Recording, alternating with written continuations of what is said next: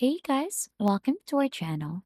In today's video, we'll learn how to use Outline View in Microsoft Word. This works onto both PC and Mac. And for us to be able to get started, just open the Microsoft Word onto your device. So as you can see, we're currently in already. And for you to be able to proceed, we'll just need to go ahead and head here onto the upper part, which says View. So click onto View in here. And under the views, we should be able to see Outline in here. So this will see your document in outline form where content is shown as bulleted points. So this is actually useful for creating headings and moving whole paragraphs within the documents. So simply click onto outline for that. And as you can see, it should look like this. So we'll start with the first one in here.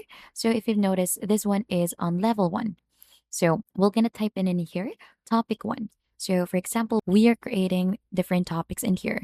We're going to add in two topics in here. For example, we have topic one, click on to enter, and then we'll add in a topic two. So right after that, if you want to go ahead and add something inside each topic, what we need to do in here, we're going to go ahead and click on to enter right after the topic one.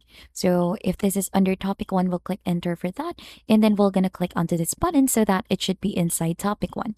So we're going to add an intro in here, do the same thing. We'll add body, and then we're going to add conclusion. So it should look like something like that. And if you want to do the same thing of adding something inside the intro, we're going to click onto enter for that one again. And then we're going to click onto the demote item in here. You should be able to add in something like abstract or anything like that. So you could do it like that one. And you could do the same thing for topic two as well. You're going to click onto enter, and then we'll type in some intro for that. And then we're going to demote that specific topic just like that. And once you're already satisfied, you can close the outline view and it should look onto something like this.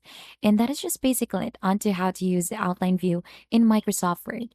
And if you think this tutorial has been helpful, don't forget to hit the like, subscribe, and we'll see you on to our next video.